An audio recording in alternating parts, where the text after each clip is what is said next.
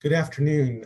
Welcome to Remaking the Economy, Advocacy and Community, the Delicate Balance. I'm Steve Dubb, Senior Editor of Economic Justice here at Nonprofit Quarterly, coming to you from Boston on land historically stewarded by the Massachusetts Nation. For this webinar, we are taking a deep dive into the question of how local movement-based organizations balance the competing imperatives of community building work with policy advocacy. Our expert panelists are Rudy Espinosa, Executive Director of Inclusive Action in the City, a Los Angeles-based community organization that advocates for street vendors, fights gentrification, and makes microloans for immigrant businesses. I'm also joined here with Nia Evans, Executive Director of the Boston Ujima Project, a nonprofit that seeks to return wealth to working class communities of color by developing an ecosystem of cooperative economic infrastructure. And I'm also joined by Julia Ho, who is the founder of Solidarity Economy St. Louis, co-founder of St. Louis Mutual Aid, which is a network of over 2,500 neighbors, and a board member of the New Economy Coalition. A few notes. First, we're very excited to take your questions. We will start with a few questions of our own and then get to yours. Please enter your questions in the question box at the bottom of your screen. I will share as many of them with the panelists as I can. Second, we will share the slides and recordings after the webinar. So please don't type in the question box, will I get the slides and recording? You will, and you should get everything by Monday. One last thing, this webinar is free, but producing these webinars is not. So if you like what we're doing at MPQ and can support MPQ's economic justice work, please consider donating today. You can also contribute by social media. We have a hashtag Rebuild the Economy, and please join the conversation. Thanks for joining us. And also at the end, there'll be a brief survey. Please fill that out as that informs our future webinars. And with that, I want to begin with Julie. And Julia, could you introduce yourself and your work? And as you do so, talk about what's involved with building a mutual aid network. Julia, the floor is yours. Sure. Hi, Steve, and hi, everybody. Sorry that I can't see you, but my name is Julia Ho. I am based here in St. Louis, Missouri. I'm Taiwanese, and that has a big part of to do with why I care about the solidarity economy and my understanding of it. And I also grew up in West Texas, so I've been in St. Louis for about 11 years now. And although I'm not from here, it's a place that I'm very honored to call home, and it's a place where a lot of beautiful, amazing work is happening. So I was 21 whenever Mike Brown was killed, when the Ferguson uprising started, and had just graduated from college at WashU, which is what brought me here. And, it was definitely a transformative experience in my life. This hoodie that I'm wearing today is something I got from those days.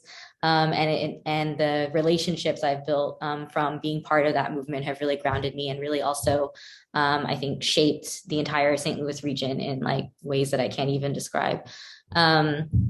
So, we're mutual aid. I think the beginnings of St. Louis Mutual Aid come from multiple places. One of them is from the Ferguson uprising and from St. Louis's just coming together in that moment. Obviously, there were a lot of things going on, but people really learned how to mobilize, really learned how to organize, and also how to engage people who had never been part of something like this before.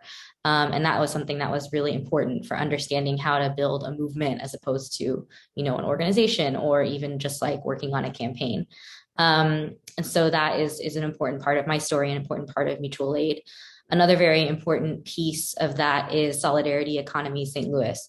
And so Solidarity Economy is a phrase some of you might be familiar with, others may not be, but essentially it is the way that it's a global movement, and it's a way that we use to describe all of the activity that we're doing to build a better world and to build a better economy, something that truly aligns with our values. And so under that kind of banner, we've been building a local network of solidarity economy aligned organizations for about 6 years, pretty much since around 2015, 2016. And so that group of people involves local farmers and growers, a lot of Black farmers and food justice advocates, food cooperatives. We involve a lot of artists, a lot of people who are already trying to make ends meet by doing the work that they love. We have a lot of small entrepreneurs, people who are starting their businesses, people who are advocating for specific issues, or maybe have a lot of nonprofits. A lot of our members are nonprofit organizations, but a lot of them aren't. A lot of them are informal cooperatives of people, maybe people living in a house together, people doing things together on that kind of neighborhood level and grassroots level. So Solidarity Economy has been a kind of hub and a network for a lot of that activity to happen for a while. And then the last piece, of course, is COVID. And COVID has, I'm sure, changed all of our lives in some way, some fashion. But when it really started to get serious here in St. Louis in March of 2020, we were seeing that people were starting mutual aid networks across the country. And we were really curious about, the history of mutual aid, understanding that mutual aid is an activity. It is not something that is necessarily defined by a particular area or a particular, identity or whatever. Mutual aid is something that all humans do and have done for all of human history. And it's essentially cooperating for survival. And so we were really inspired by thinking about like the Black Panther Party and the Zapatistas and all of the more modern versions of mutual aid, and how does mutual aid respond and create a way for people whose needs are not being met by a failing government or a failing systems around them. And how do we step up and meet those needs for each other without asking for permission? And so mutual aid, basically was a collective of all of these people, people from the Ferguson Uprising, people from the Solidarity Economy Network, people just in the community, like a lot of folks who maybe were working as full-time staff in nonprofits, but not able to do fully the work that they felt was aligned with their values. And so all of those people, people who were doing, people who were providing mutual aid for queer people of color because they knew that those folks were going to be most marginalized. There were people who were providing for the undocumented community, or making sure that there were bilingual resources available for folks because they knew that people wouldn't get stimulus checks or access to other types of government support, regardless of how limited it was. So mutual aid was formed in 2020 kind of with that intention of providing the basic needs of people. But ultimately, our long-term goal is to build a solidarity economy. We think that by supporting people on the ground, by meeting the everyday needs of people, we can grow together and we can create the kinds of relationships and the communities that we need to design the solutions that we need, and to advocate for the type of changes that will ripple out. So yeah, I won't say too much more. As far as like many different stages, I think that we have seen kind of a natural evolution of what it means to start organizing in a crisis. And then 2 years later, what does it look like to sustain something and to build something that will last beyond a crisis, and also recognizes that people live in crisis all the time, regardless of whether or not there's a pandemic. So that's kind of where we are now, is like thinking about what is mutual aid look like in the long term, and how can it develop and grow and support the type of systems that we really need in order to get people forward. Great, Julia, thanks. Rudy, can you introduce yourself and your work and talk about what was required to legalize the status of street vendors in Los Angeles, and how that campaign developed? Steve, there's a long answer to that question, but I'll try my best to summarize, and I'll try to mirror Julia's amazing intro. My name is Rudy, everybody. I work at an organization called Inclusive Action for the City based in LA. We are a community development financial institution that is a micro lender that offers capital to people, low interest loans, and coaching to small businesses and entrepreneurs. But we also are an advocate. And that's a really big piece of the work that we do. I was born and raised in the LA area. I grew up in a household that was led by a single mother who came from Mexico and crossed the border when she was 18.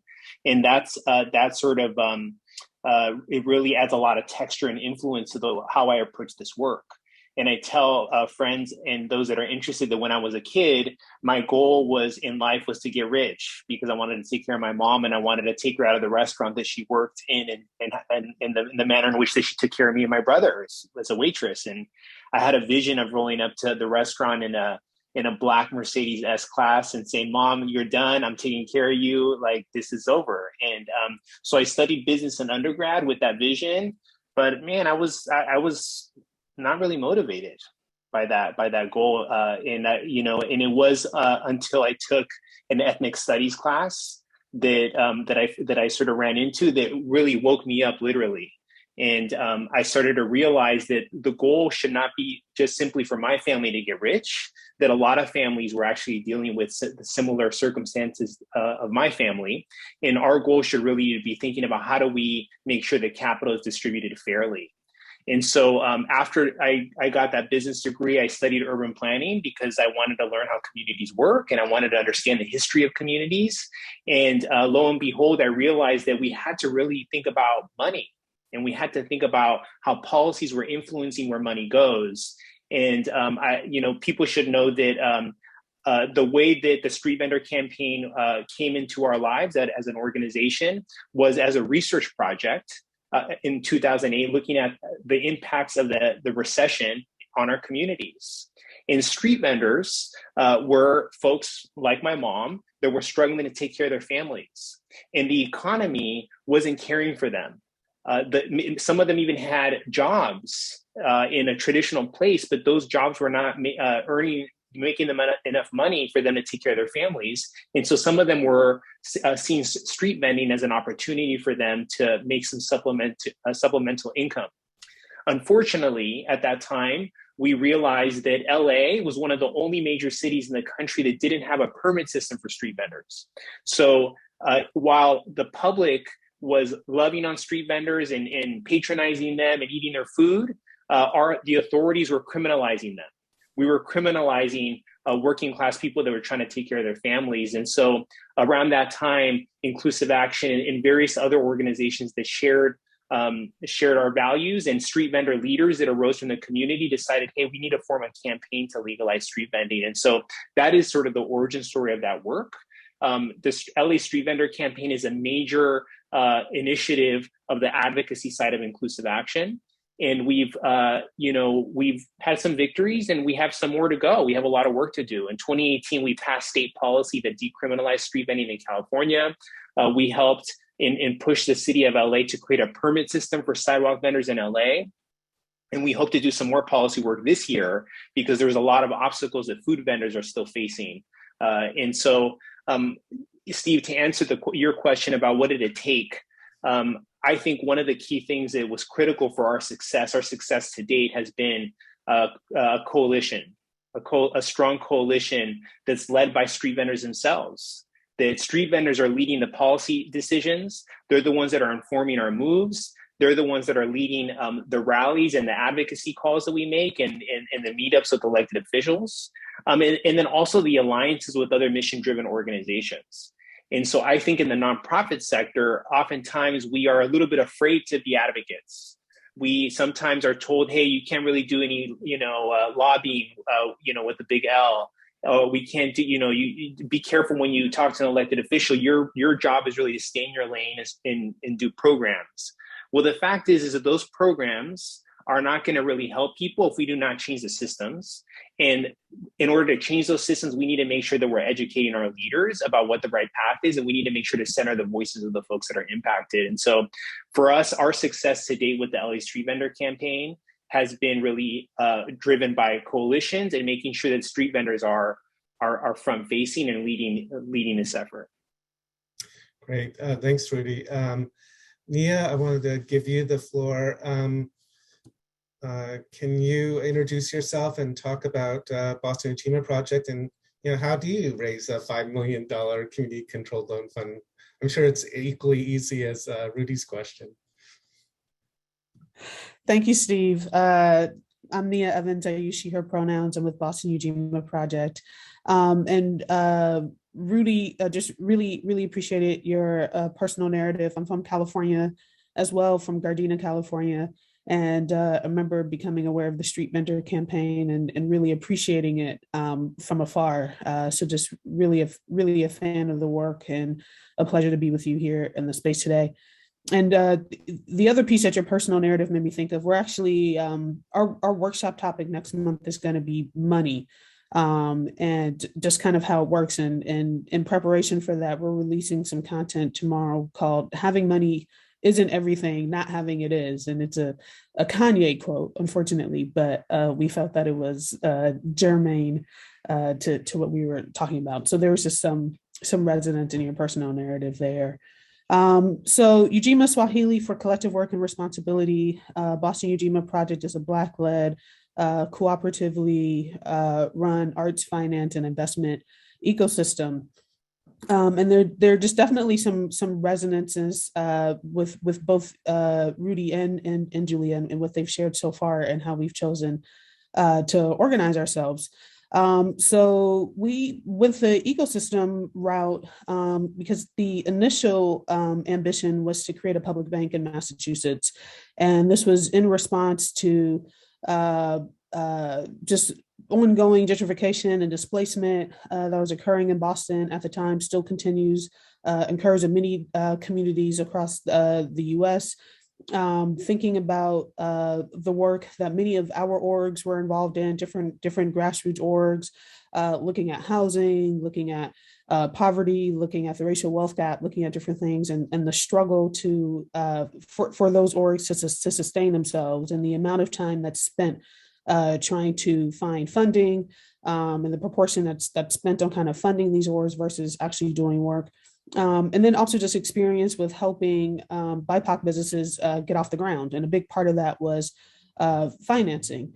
And so there are a couple of origin stories that I love to tell about Ujima. There isn't really time to get into it there, but I'll just say, when we were thinking about starting a public bank, we went on a year-long study group to see what it would take to start a public bank. We looked at different financial products, processes.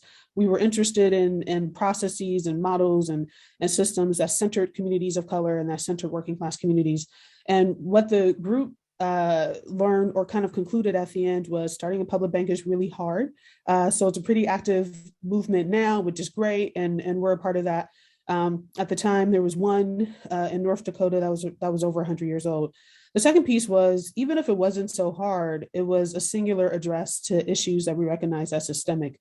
And so the group concluded, if we're working with issues that we recognize as systemic, probably we want the address to be systemic as well. So what we're curious about is these models that we've looked at, that we're fans of because they center communities of color and working class communities. We wonder what it looks like to put them together into one ecosystem in one place, because what we saw was that they were siloed. They were either sectorally siloed or they were geographically siloed. And so we said, what does it look like to bring these sectors together and to bring them together into one place? And so that's our ecosystem approach. A big part of the ecosystem, there are two primary parts, and one I'll probably talk about a little later, but the center is our membership, our people, our community members. Another huge part that gathers a lot of attention that we're talking about today is the Ujima Fund, as Steve mentioned. So it's a $5 investment fund that's democratically governed. And what that means is that our voting members, who are members of Ujima who live in Boston proper, are the ones who decide what we invest in. This is non-traditional, a more traditional process. You would have a small body of people, you'd have an investment committee, it'd be comprised of a few professionals, and they'd be the one making the investment decisions. And what we're saying here is our community members have quite a bit of expertise, and varying expertises at that, to be able to make these decisions themselves. So that's one of the things that's unique about the fund. We've also tried to make it as accessible as possible. So there was a $50 minimum investment that you can make the fund if you wanted to be able to invest in the fund yourself. And you don't have to invest to have a vote. So your vote comes by virtue of you being a resident in the city. And so there we're transmitting some ideas about how power accrues, so how power derives, and really working to decouple essentially decision making from wealth. So that's one of the things we're doing with the fund. We've also set it up to be somewhat redistributive. So it's we like to say that it's grounded in a reparations frame. It's not quite reparations in action. So for example, in some of the investments, if you choose return interest, and so some people will say, well, if you're getting interest, if you're getting something back, that's not necessarily reparations. And so we appreciate that and respect that.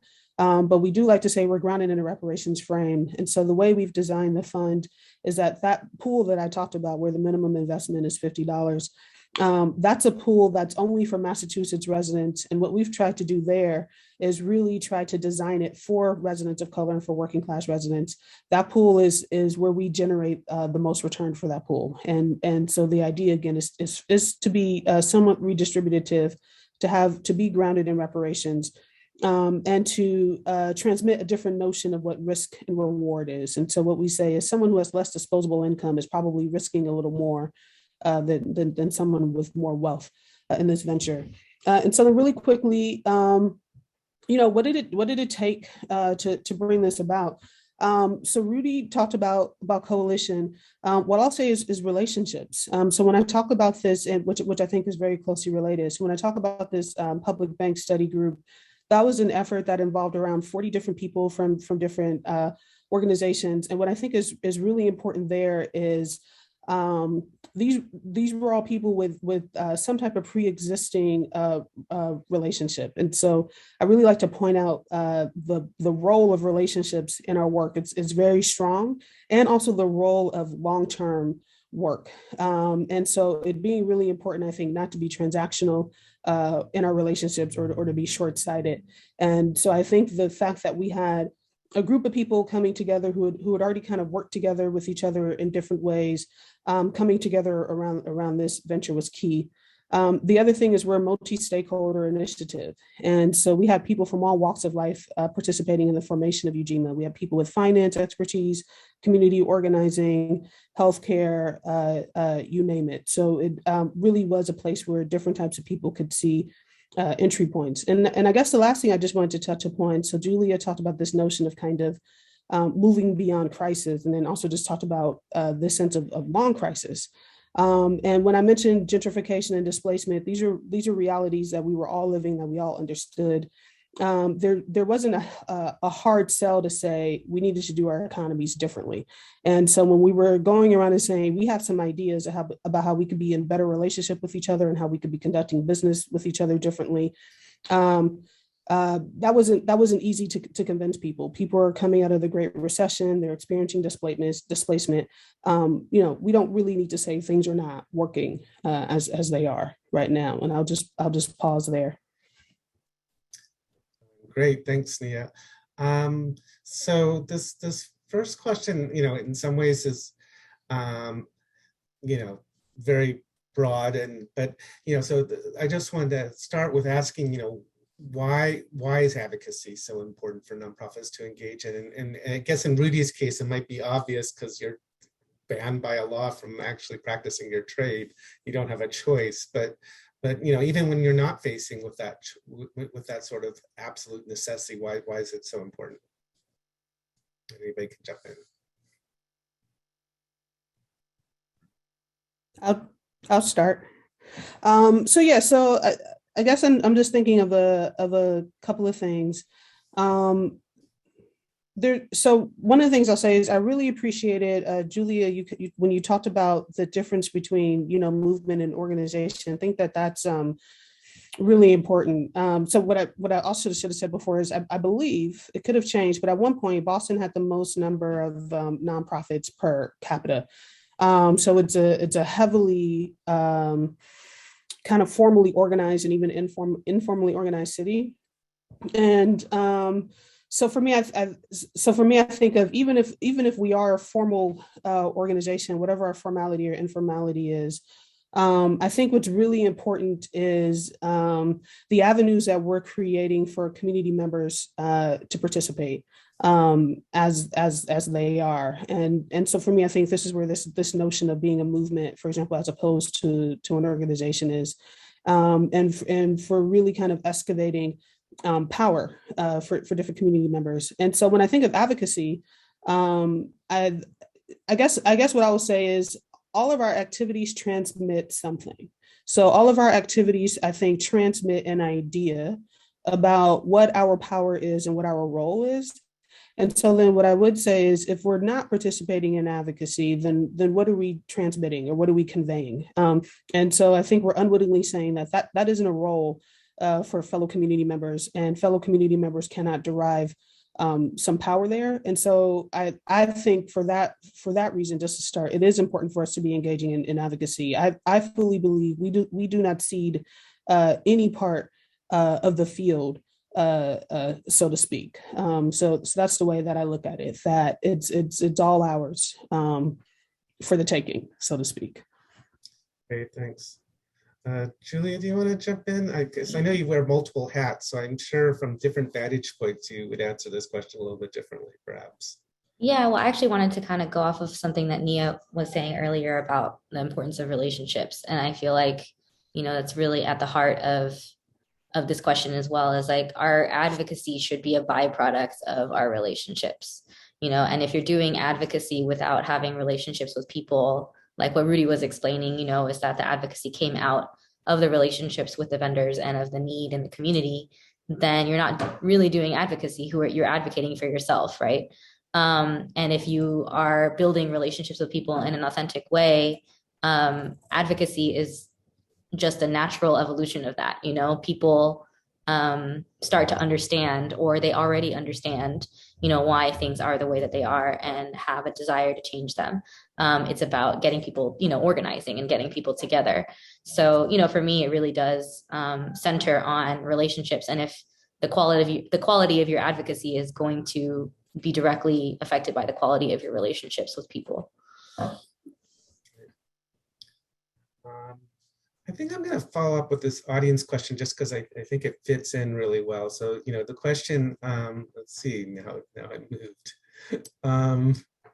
How to encourage nonprofits to participate in advocacy work when they're swamped. And I think this gets at sort of the theme of the webinar, when they're swamped with frontline work, which of course you all are.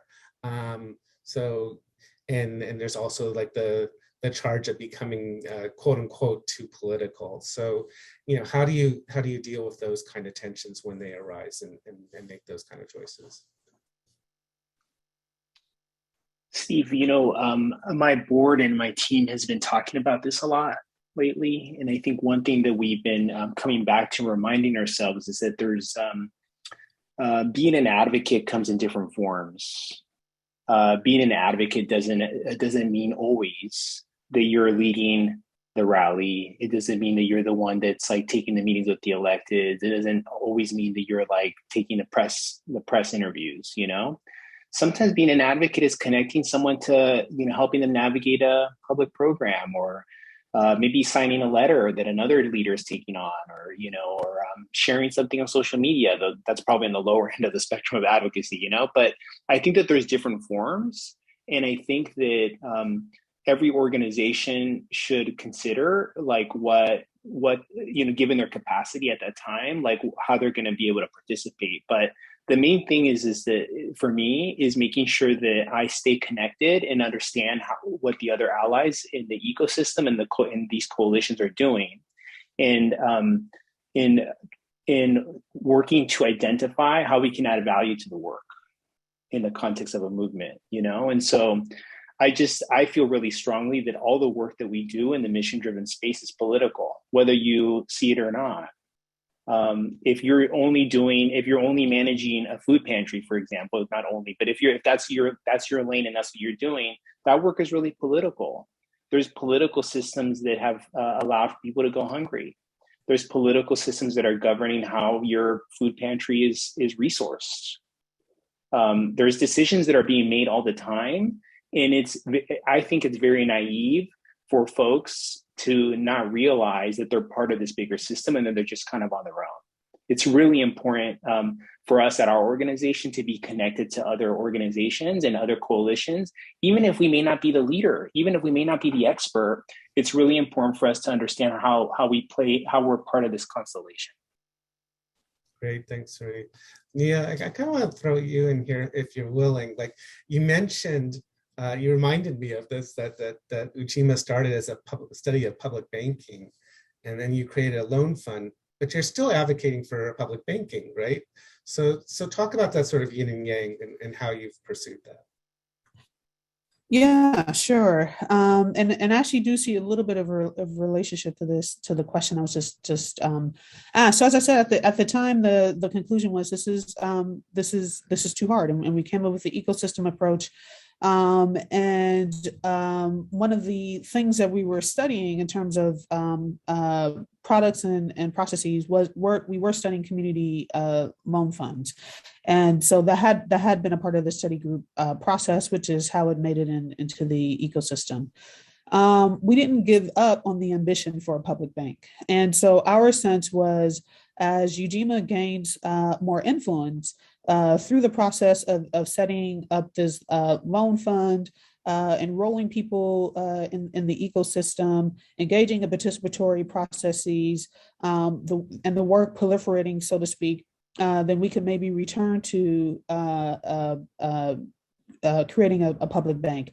So I would say it was kind of a function of understanding or having a sense of our influence and power in the moment, understanding that shifts, that we have some control over that, and there are some ways in which we don't have control over that. And the reason we're able to talk about it now was we were able to look at the moment in 2020, and when we had the white business sector reaching out to some of our peers to say, what do we do? And this is in response to George Floyd's murder. And the question was, how can we more substantively participate? And we were drawn into that conversation. And so again, Rudy brought up coalition.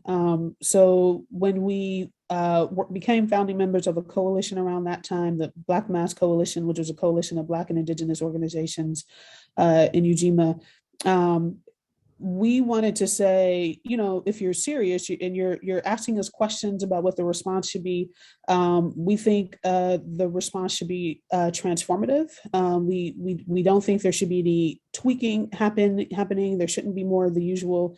So this is an opportunity to say, okay, let's be really ambitious, and a public bank fits that ambition. And so it allowed us to raise the issue, and we're definitely now in a situation where we're able to have more momentum behind the conversation.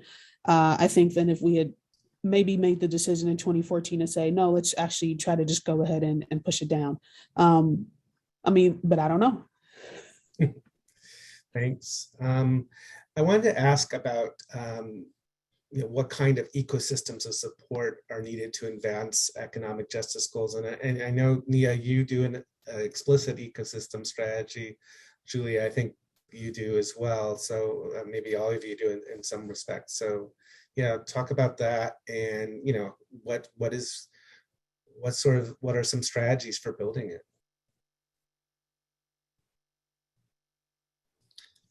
So I kind of wanted to also address the good question about what to do about being too political, and how to, I guess I think it is all related. And I've had this, I can definitely relate to this question, even as somebody who comes into this work very explicitly politically, that when we were trying to do relief during COVID, everybody was overwhelmed. Anyone that was had existing things, across the board, people were just crushed under the weight of all the things that needed to happen. And there was a moment I want to say in 2020 or 2021, where I was just kind of this is a trap. All of this is a trap. And it really made me kind of angry and also frustrated, but also feeling in some ways a lot more powerful to say, this isn't, my nonprofit or my organization's inability to meet the need out there right now is not our fault, and it's also not our singular responsibility. This is actually like a systemic problem, and it's something that we need to be clear about. And so what you were saying, Rudy, really resonated with me, of just this feeling of like realizing that it's impossible. Like it's literally impossible to like do all of those things alone, or to like carry that weight alone. And once you realize that, then you start to understand the importance of building an ecosystem, of building relationships, of building coalitions, because you understand that this is not like coming in to fix this problem by ourselves is not going to work. And and things are set up to make us feel inadequate, and to also be chasing for like these crumbs of resources. So, one, I think, example of how these ecosystems could work, or even I'm just like thinking about like, possibilities for how to grow like what we do and how to make it impact more people. When St. Louis was one of the kind of pilot, whenever the ARPA money came out, the recovery money came out from the Biden administration for COVID relief, St. Louis was one of the early cities to receive a lot of that funding. And there was, at this point, kind of no real guidance from the federal government on like what could be spent, what it couldn't be spent on and whatnot. And so Tashara Jones, who was St. Louis's first ever Black woman mayor, she was very much elected like by people, by progressive organizations. It was really, really historic and exciting when she became our mayor. And she advocated to create a stimulus advisory board, which was built up of, respected community leaders and folks who kind of had their ear to the ground. And one of the things that they did when they put out a report about how to spend the initial relief funding, was like 70, 80 million, was they actually used our data from mutual aid. Like, they did the kind of typical stuff of like, okay, let's look at 211 or United Way, but they also explicitly reached out to us and said, we want to look at the stories and the people that are coming to you and the experiences that they're having with trying to access services. And we want to use your numbers to try and inform how we should allocate, or how we should make this money available to people for rental assistance and whatnot. And that to me started kind of, I started getting actually, like hopeful about like, oh, okay, like what are all the things that this could lead to? How could the experiences that we've had and the stories that we've heard from people who have bared the brunt of the impact of COVID actually like inform some big things like free public transportation, free Wi-Fi, free, just like direct cash assistance without any strings attached, or basic income, or even in my mind, like supporting cooperatives and developing more cooperative, resources and ecosystem in St. Louis. So, it's none of that is really like happening yet. And I think there's like been starts and stops, but I do see that as like an exciting direction and something where I see like, okay, I know what our role in this, I know what how other people could get excited and get behind something like this and find their role, like Rudy said, whether it's in the front lines or telling the story, or whether it's behind the scenes and like pushing for something like this to happen. Great. Let's see. I think anyone else want to respond to this question? Yeah. Yeah, I mean, I had a couple of thoughts. I mean, this was a great question. So just still about this kind of advocacy question. I know you're trying to get us to other topics, Steve. But the other thought that I had was I appreciated that being too political is in quotes, because I'm also just thinking about how the word political is a little bit of a boogeyman, and so I'm just thinking around what we can do for that to be less the case. I want to say education, for lack of a better word, but education isn't the right word, but to really kind of allow people to embrace being political, and to understand, number one, as Rudy said, everything is political. So even as we're saying, I'm not political, I think we all definitely hear that from different people a lot. I'm not really political. I'm not really a political person. But then if we understand what politics is, then we understand that everything is political. And going from that understanding to actually embracing that, to embracing, yes, I'm political, or our org is political, and we should be.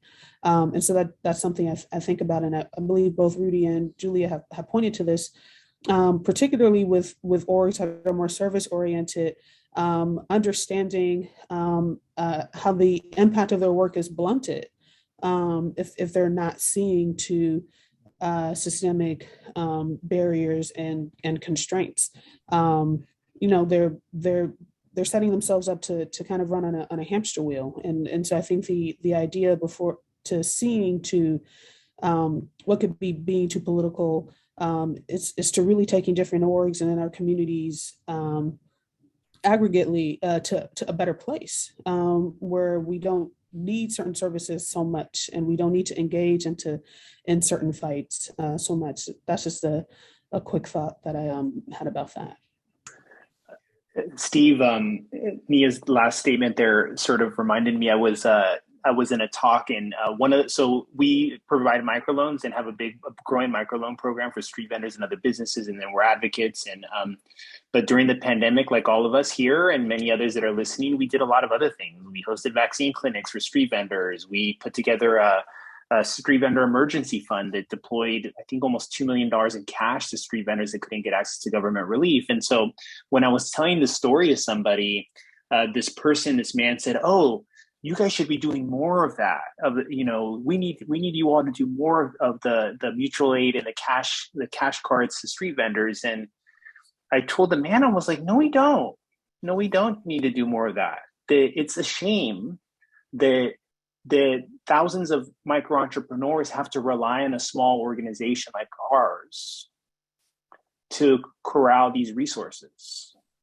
It's a shame that we have to ask people via GoFundMe to contribute to these cash cards, which were only, $400 each, which was, it's going to help people get some groceries for the week, but it's not going to help them pay their rent."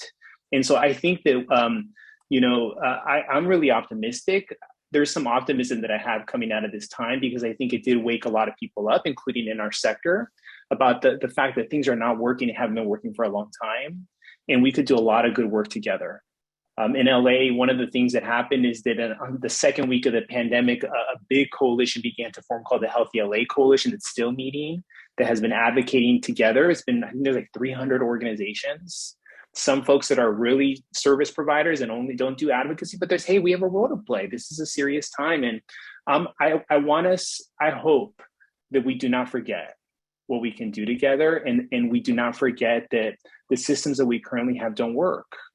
And we really need to push and we need to work ourselves out of a job, in my opinion. Got it. Thanks. So I think I'm going to go to an audience question here, which is asking for where do you see the connection between local government and grassroots organizing? And what is sort of the role and responsibility of movement and nonprofit organizations to make that sometimes dysfunctional system function.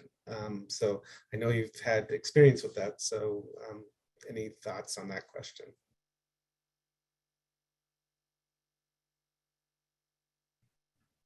Do you mind dropping that question in the chat, Steve? It's in the question, so it's. Yeah, I'm looking for it. I'll read it. I was sort of trying to paraphrase it because it's long, but where do you see the connection between local government and grassroots organizing efforts? What is the role and responsibility of organizations like ours, was the person's phrase, in opening channels of communication? Dude, big time responsibility. Demand that they hear you. I love Julia's point earlier about how their data, the mutual aid networks, their data ended up being a critical source for some major moves. And I think that local leaders need us. They need to hear from working people, and they need to hear from folks that are serving them. And I think that it's always a good idea to begin building those relationships and prioritizing and socializing that fact. I think that a lot of really important systems change work begins locally. Yeah. Maybe I'll ask Julia to follow up on this. You can respond to Rudy, but also, like, there's a tension sometimes between system transformational work and policy work, which often involves compromise, right, with public officials that may or may not share your views. How do you balance that?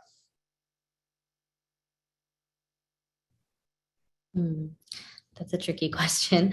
I do think it is about, like, what is your role to play? You know what I mean? And I don't see my role as being the person to balance that. That doesn't mean that I don't find it valuable, or that I don't know, the people who are willing to sort of sit through meetings all day with government officials, and, like, more power to you. You know what I mean? If that's your skill set, if that's what you're good at doing, being in those rooms, that's great. That's not me, and I think we need to be more real about, like, providing space for anyone, to find a place in advocating for these things. And part of this question that I was reading with the relationship, a lot of people don't know what's going on with their local government. So makes it a little bit difficult to, like, from when you think about all the levels that are needed, from, like, just a person who has never been engaged in a town hall, or, doesn't even know what's going on at City Hall, maybe only votes for mayor sometimes, to getting an actual, piece of legislation or something passed. The gap between that is so wide, you know what I mean? And I think that it goes both ways, like, part of the work that I see that's happening in St. Louis, that has allowed for organizations like Action St. Louis, which is a Black-led, another Ferguson movement-led organization that focuses a lot on electoral work and policy changes. Something that I think that they've done very beautifully and successfully is, like, educating the average person on, like, what even goes on and what is even happening. Because oftentimes when decisions are being made in our government or by our leadership, they've already been, discussed for years, or they've already been discussions and meetings and things that which everybody has missed. And by the time they're in there at the very last level, the very last, like, putting a stamp on it, there's no opportunity for change. So a lot of it is really about that kind of long-term view, and seeing, like, okay, how do we get, a lot of this, a lot of mutual aid that I see, the value of mutual aid is that you can reach a person who has never been, engaged, or doesn't know, or doesn't, like, speak any of this language, and you can get them genuinely excited and get them to be in community with other people who have this knowledge, who have these passions for these different things, and they can find their passion with it too. So I think that kind of applies on many different levels. It's like, if you really want a policy to change and you want it to really to impact the people you want to impact, then the relationship building and the sort of understanding that needs to be built with that has to begin very early, and has to be sustained, throughout the entire process. Steve, I just want to, like, co-sign hardcore on what Julia said. And, especially over the last 2 years and the 3 years during this pandemic, we've often talked to folks, leaders, about how we need to listen to and learn from the mutual aid networks and the informal groups that have risen up during this time. Julie, I don't know if it's been in St. Louis or in Boston, but here in LA, there was these community fridges that started popping up, with folks just, like, plopping a fridge in the, on the side of the street and plugging it in and putting food, and community members would put food out there for folks that couldn't afford any groceries. And I remember that the LA County Health Department began to shut them down, because they're like, oh no, this is not allowed. And, this is actually not really, it's a public health, issue here. And I remember I was like, this is an amazing idea. And instead of us shutting something like that down because it doesn't fit within our system, we should engage the leaders that are taking this on and say, hey, this is a great idea. You're reaching people that we don't typically reach. How do we begin to institutionalize this and make sure that this is scaled? There's a lot of opportunities that we blow off because we're so tied to what we believe works when it really doesn't. And I want to add to what you were saying about opportunities. Like, I think it is a huge missed opportunity for nonprofits that do advocacy work to not connect with mutual aid networks to reach more people. Here you have mutual aid. Often mutual aid groups are, on the ground in the street, reaching hundreds, thousands of people and missing an opportunity to provide that sort of extra step of like, oh, here's some education. Like, here are things that are going on in the community that people need to know about. Here's a way to, get engaged with this thing. Here's more stuff about the Ujima Fund, whatever it is. That is a really important relationship that I think needs to be built, because people who are doing, this everyday work, whether it's like in services or whatnot, like, you are overwhelmed and you can't hold it all, and you can't be the person to like know everything about everything, but use the access points that we have and the ways that we connect to the community as a way to move forward a collective agenda, something that we all care about, and build that public awareness of the things that are really going to, be transformative for people. I just wanted to add to that really quickly. A thing that I love that I think we've been experiencing as well is, in terms of just not seating the field, it's just more and more of us participating in electoral politics at the local level. And so when I looked at that question, my immediate thought was, well, it depends, because I'm thinking, well, it depends on who the leaders are. And so I think it's great that we're experiencing realities more and more where we have a mayor of St. Louis, for example, that has come from the people. Ujima has one of the ways we determine our investment decisions is through our assembly process. So we have assemblies where we ask community members to name businesses. It's modeled after Cooperation Jackson.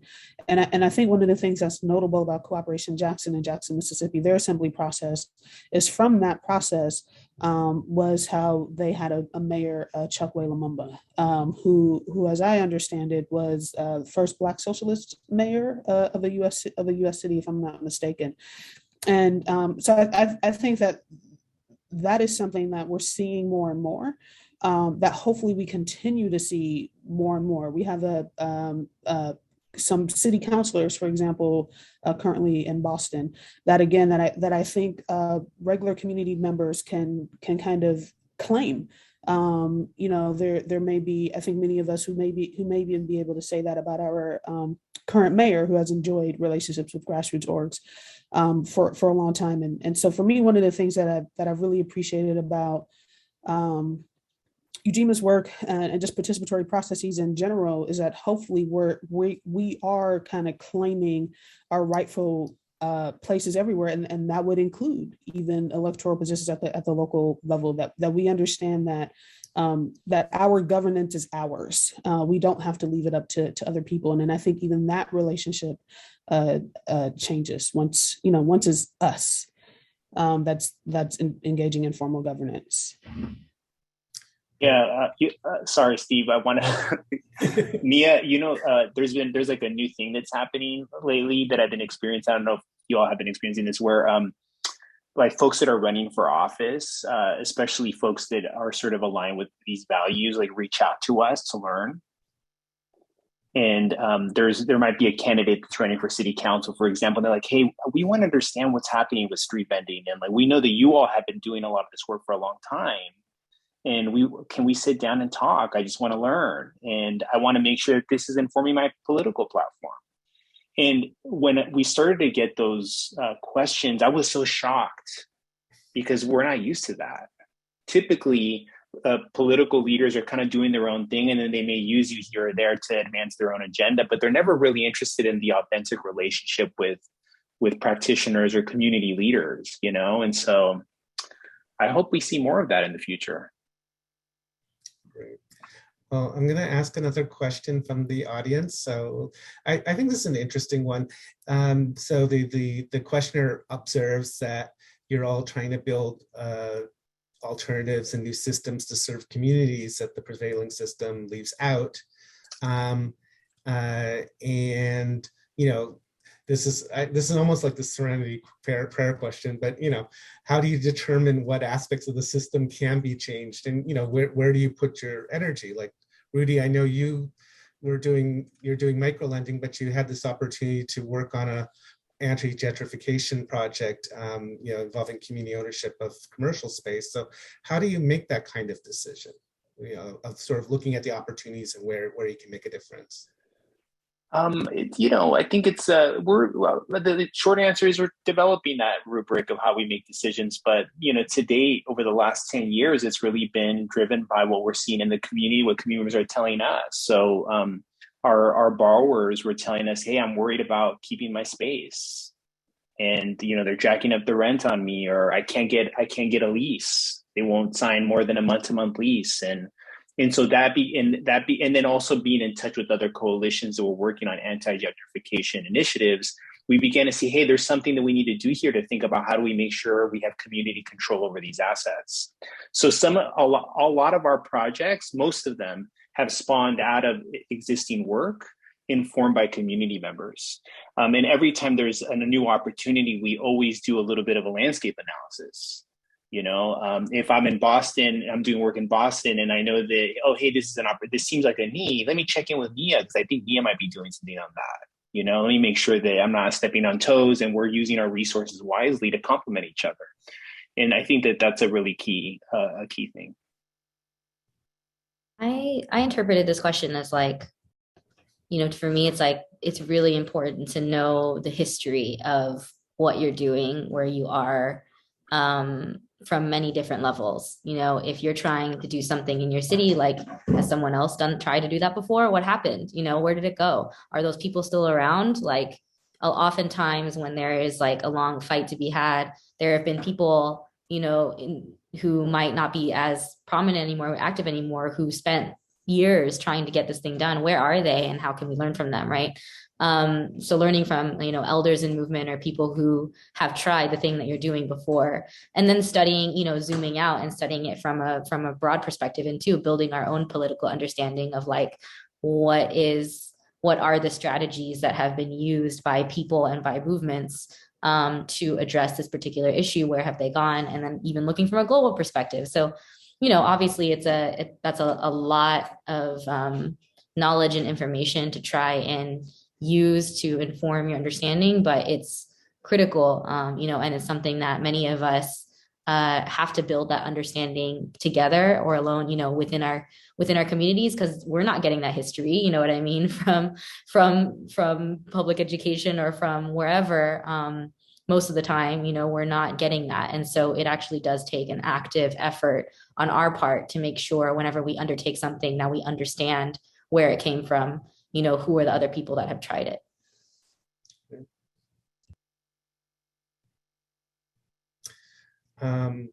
Okay. Oh, I thought you were going to jump in, Nia, so I was leaving you space to do it. Okay. Well, I think nothing to add. I got it. Okay. I'll just ask a sort of, there's a question from the audience about any tips for engaging, any additional tips, I guess I should say. You've given many for engaging and mobilizing communities in advocacy work, or anything else you want to add as sort of a closing comment. So I'll give each of you like a minute to do that. I'll go ahead and start, Steve. And I try to answer a question that was addressed to me about how you engage community, and maybe a community may not want street vending, for example, and how you deal with that. And I think that one thing to, as we move forward and think about, the future as advocates, is thinking about making sure that we are advocating for the resources to do this right, and to ensure that our public systems are properly investing in what's needed. And I often find that sometimes we want to do community engagement, but we won't fund somebody, an organizer, to do that work. Or maybe we'll check off a box that, oh, we had a community meeting, but there was like 3 people there, but we did it, so we're done. And I think that it would be helpful as a sector, as allies, for us to think about a common narrative about, hey, if for an equitable future, we need to make sure that community engagement is fully invested, is fully resourced. And this is what we define as community engagement. This is what we mean by community, so. Thanks. Yeah, so I guess in terms of tips, I mean, I'll go back, I guess, to where I started, which is I just always emphasize relationships. For me, relationships are key.